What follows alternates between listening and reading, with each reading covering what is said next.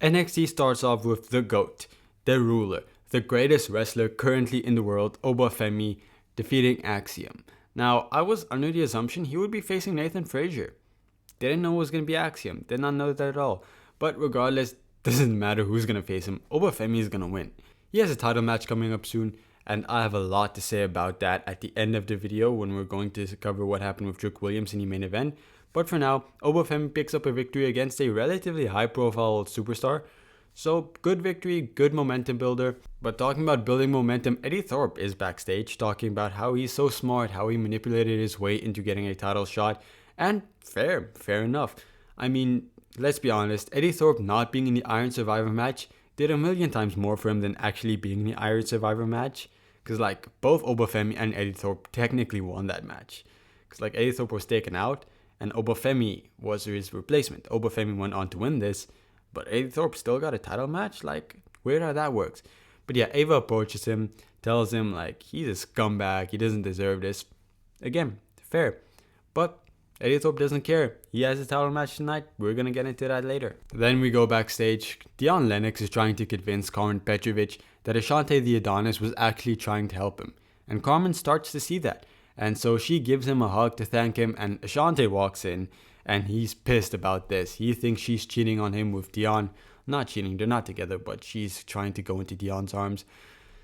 I can't care about this anymore. This story was pretty interesting when it started, and the constant drama was fun for a bit, but now it just feels like they're overdoing it.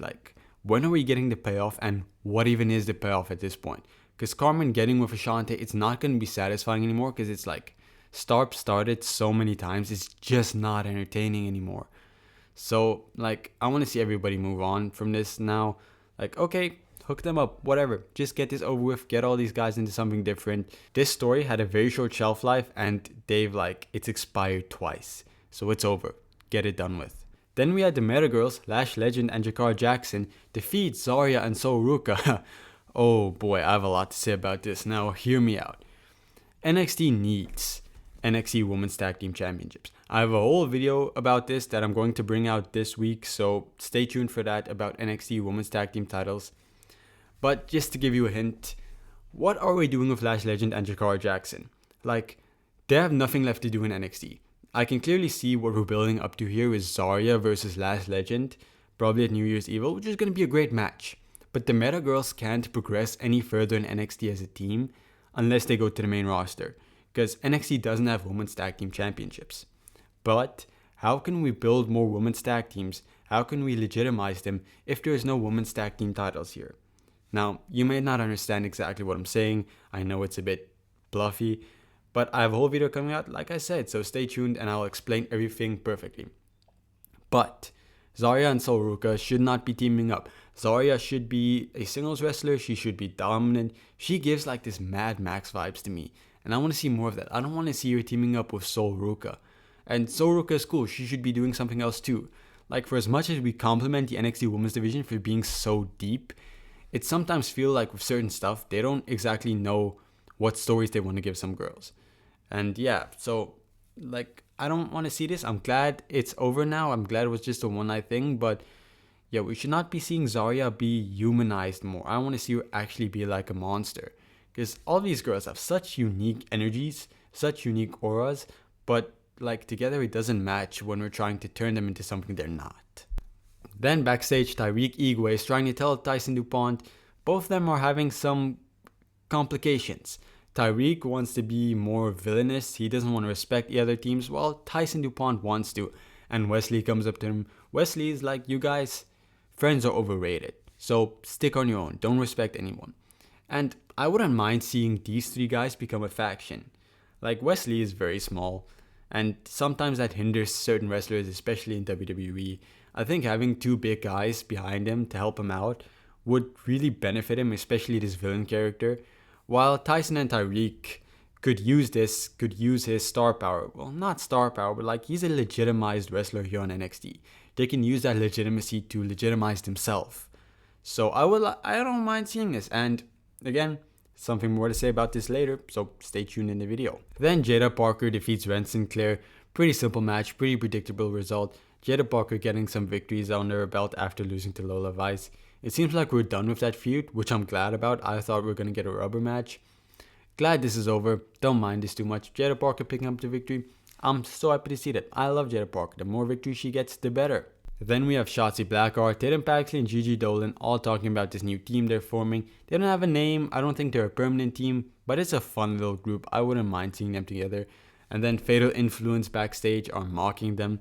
And we're starting to see some dissension between them. JC Jane isn't very happy with Fallon Henley. Now, this makes sense. Fatal Influence has been a flop. Like, they had so much potential when they started, but it seemed like they dragged it out for so long. And that's a major problem with NXT and WWE. Like, they drag certain stuff out way, way too long. And this was one of them. Like, I was excited to see them. I was like, this is the better version of Pure Fusion Collective. Both teams ended up sucking. But then the Unholy Union make a weird appearance. Don't know why they're back in NXT. Think we should have built them up more. Like, the main roster needs women's wrestlers. They need to start adding more women's wrestlers, especially with the new mid-card titles. Sending them down to NXT, don't think it benefits them at all, especially since there aren't women's tag team titles. Again, we need women's tag team titles like Fatal Influence, this new group, the Unholy Union. Like, there's enough tag teams in NXT for women's tag team titles, you get me? Then Fraxium defeats Gallus. Like, Fraxium is probably the best tag team in all of WWE, maybe all of wrestling right now, at least booking wise. Like, nobody can beat them, and if you beat them, they'll just beat you in the rematch and take their titles back. Like, what the hell? Nobody can beat Fraxium. Now their challengers were Gallus, and as soon as this was announced, I was like, yeah, Fraxium are retaining. I don't see any other tag team on their level yet of Fraxium to take the belts off of them. Like, remember a while ago when the Street Profits went to the main roster with the NXT tag team belts? I think something similar could happen with Fraxium. Again, no teams are on their level, at least not in NXT yet, and I don't see them dropping the titles anytime soon. I just don't think anyone is truly ready for that position.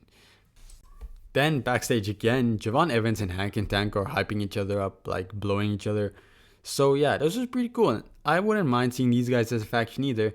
What made me think is like Javon and Wesley have some issues, and then Hank and Tank and Tyson and Tyreek have some issues. So might we be seeing a triple threat match? Well, my thought about that got interrupted when Ethan Page shoved them out of the way and went to the ring. And he had this whole emotional breakdown about how he's lost his passion for wrestling and how he loves his family and he's lost his smile. This is a pretty cool reference since they're in Boston again. But then Javon Evans comes out and he's like, bro, you're cool. Don't worry. Like, I've seen the real you. Like, don't quit. You have this. And Ethan is like, yeah, I realized I shouldn't be worrying about my smile. I should be worrying about taking yours. And that was such cool. And he just breaks down Javon Evans. Absolutely brutally attacks him until he's bleeding from the mouth. Fake blood, but still, it was a cool sight. Definitely go check this promo out. One of the better promos of the night. This whole segment was amazing. And I'm very, very excited for this rivalry.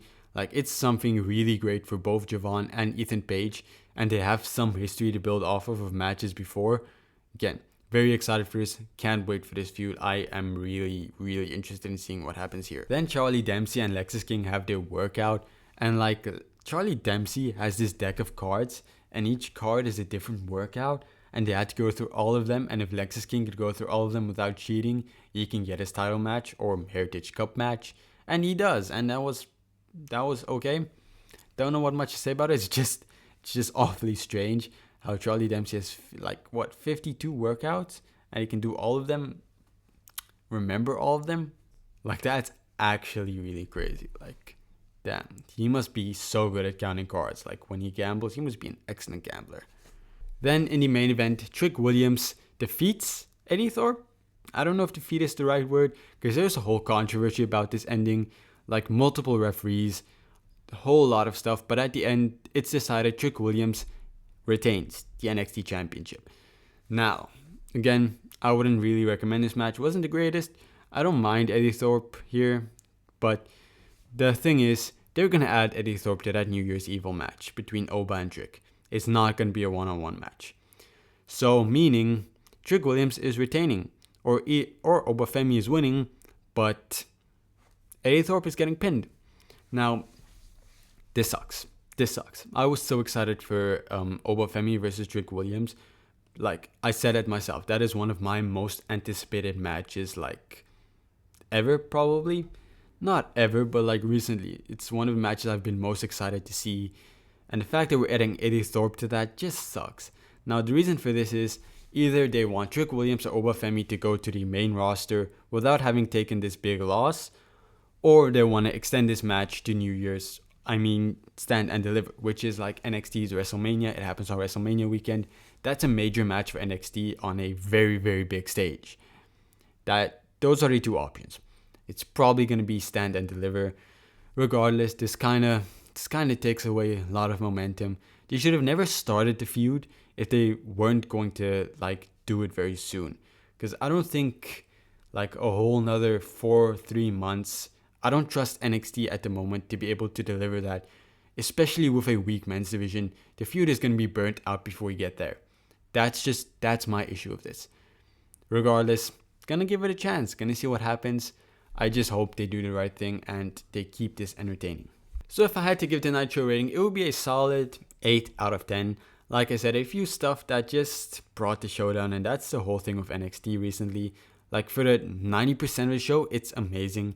And then you just have that 10% of the show that just brings it down a lot. Regardless, I can't say that I didn't enjoy the show. I enjoyed it a lot. Fantastic show. I was entertained the whole way through. And if you enjoyed the show and you like my review, especially my review, please leave a like and subscribe. I would like that a lot. I would appreciate it a lot. I cover NXT every week along with TNA, and I try to do more news about everything, try to do additional videos. So if that interests you, leave a like, subscribe to the channel. Yeah, leave a comment. That also helps a lot. If you want to say something about NXT, I'll happily engage with you in the comments. So yeah, thank you for watching the video. I hope you enjoyed it. I'm sending love to all around the world.